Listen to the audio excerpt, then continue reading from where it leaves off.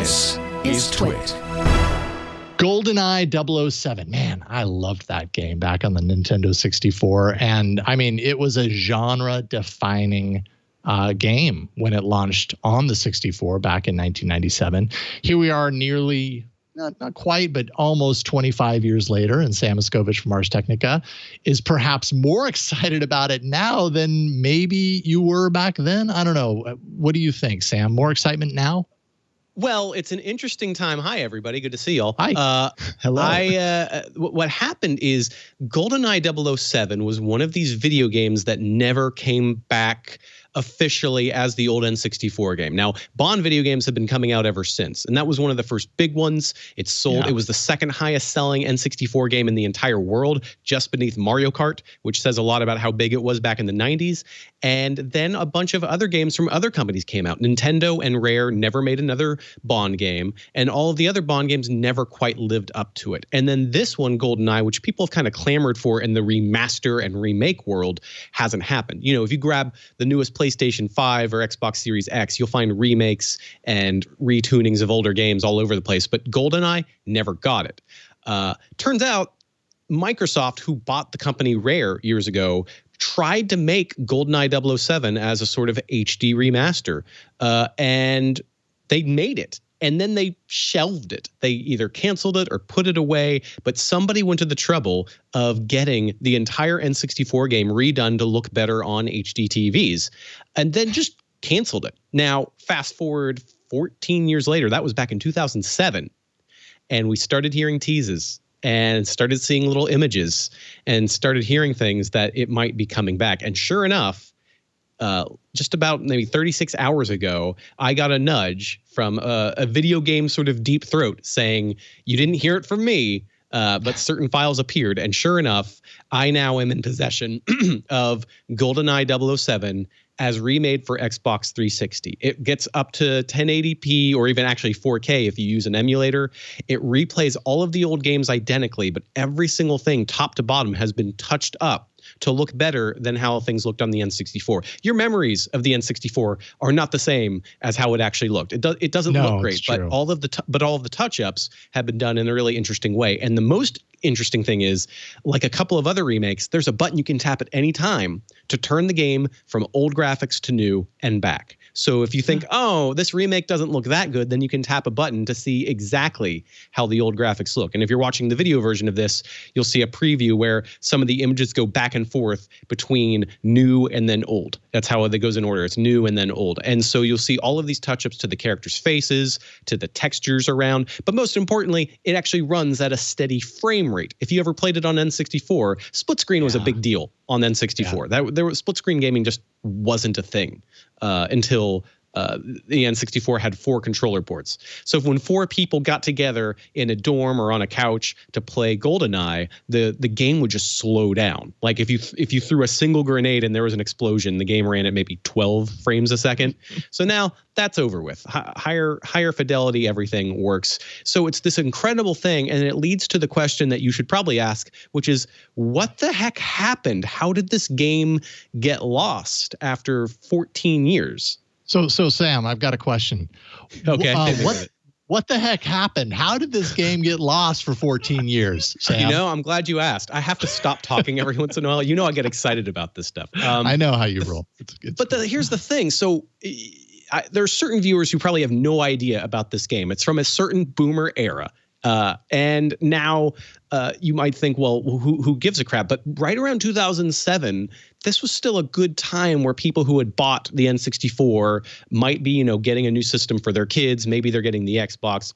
So Microsoft owned Rare, and Rare was the company that made GoldenEye. They also made Donkey Kong Country and Killer Instinct and a bunch of other big Nintendo games. But Microsoft acquired Rare. So that was one kind of juggle was, well, Microsoft has a piece of the GoldenEye pie. Nintendo has another piece of the GoldenEye pie. So then you have to add, well, there's Activision. Activision started releasing 007 games. So they had a piece of the 007 pie. And then there was MGM and then the rights holders to Bond itself, EOM. So they all had a slice of the pie. So what happened was Microsoft just decided, let's just make it and it'll be so good that everyone will say, yes, let's print money and shake hands. And they went and they made a completely finished working game. And then somebody at the negotiating table said no. Phil Spencer, who's the chief of Xbox these days, has put out public statements simply saying the issue is rights, not game development.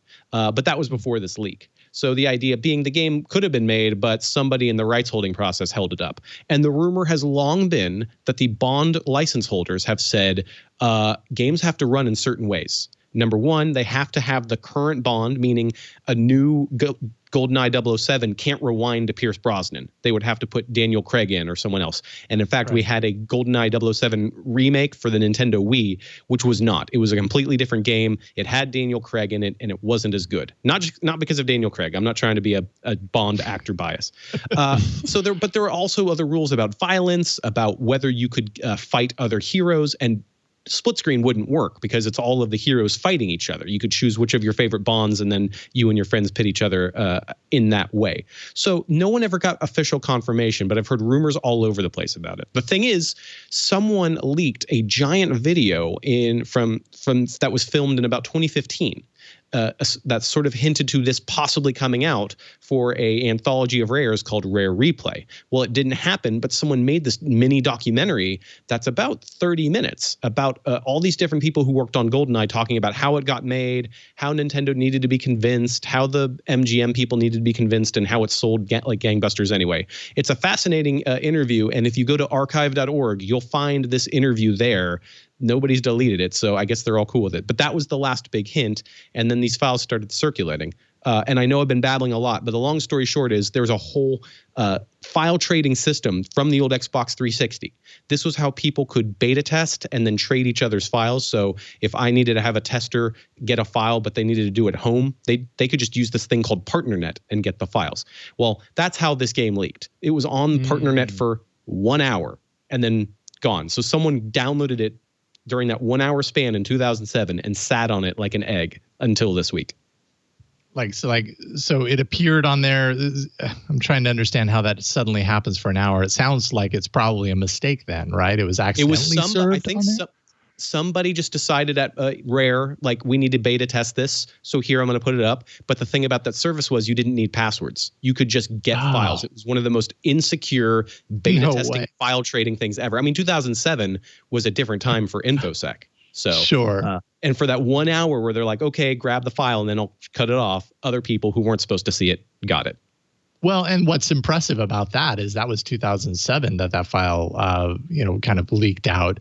And here we are, how many years later, it took this long for this to make it even further than that. So whoever ended up with it, either wisely or not, I don't know. I don't know what you could do with that file. It's not like a rare to find, no pun intended, a rare to find like physical arcade game that has some value. It's just a file.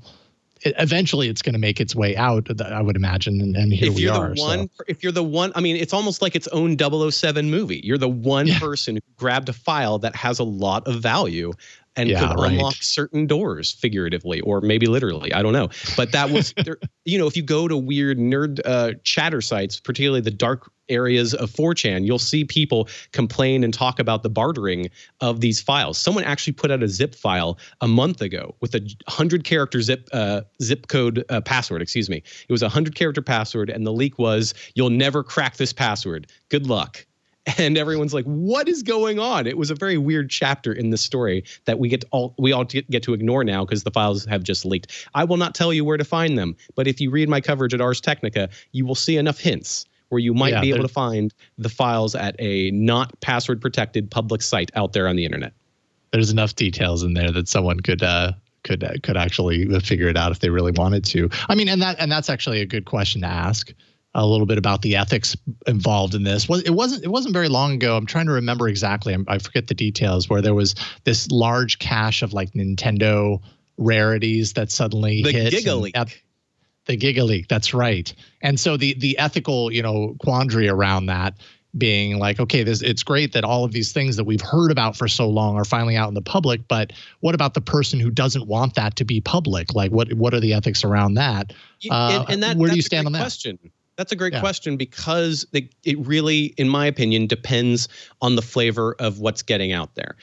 In the case of the GigaLeak, those were meant to be confidential pre-release kind of things. For example, stuff from one game that wound up in another game. So this was sort of test footage for something and it didn't quite work. And so Nintendo sat on it for years and then paid it forward to another game. That's interesting from a historical perspective, but may not necessarily be the same thing.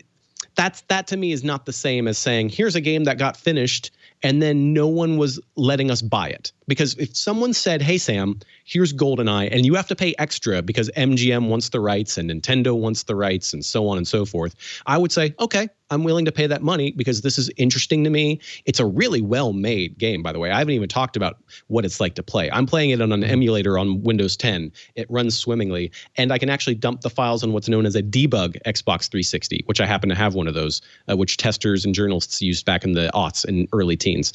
It runs great. And I just play this and I go, I want this. I want to do 4-player local at my house. I want to be able to play it online through Xbox Live and all that stuff. I can't. And so in this case, the ethics of it are, well, I want it really bad. And that's not necessarily a high watermark to clear for like why this should happen. But also, it's not being sold.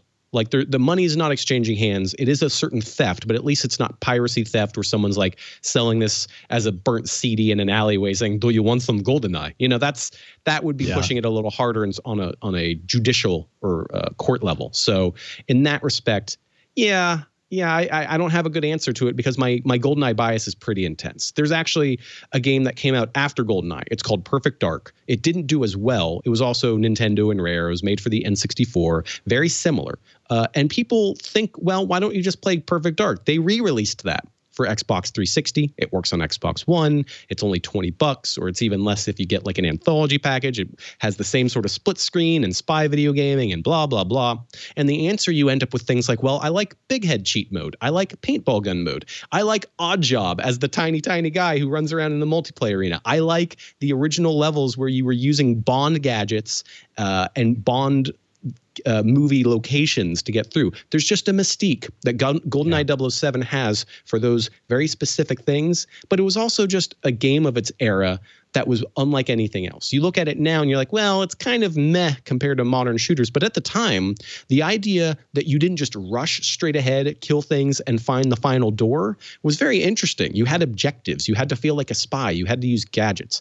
And it really was compelling. Plus, you needed like $1,000 computer to play anything comparable at the time compared to a $200 N64. There was just a lot that it did very early that still, in my opinion, holds up. And that's what's been fascinating for me, is replaying this on an Xbox 360 emulator and saying, yeah, this is still pretty good.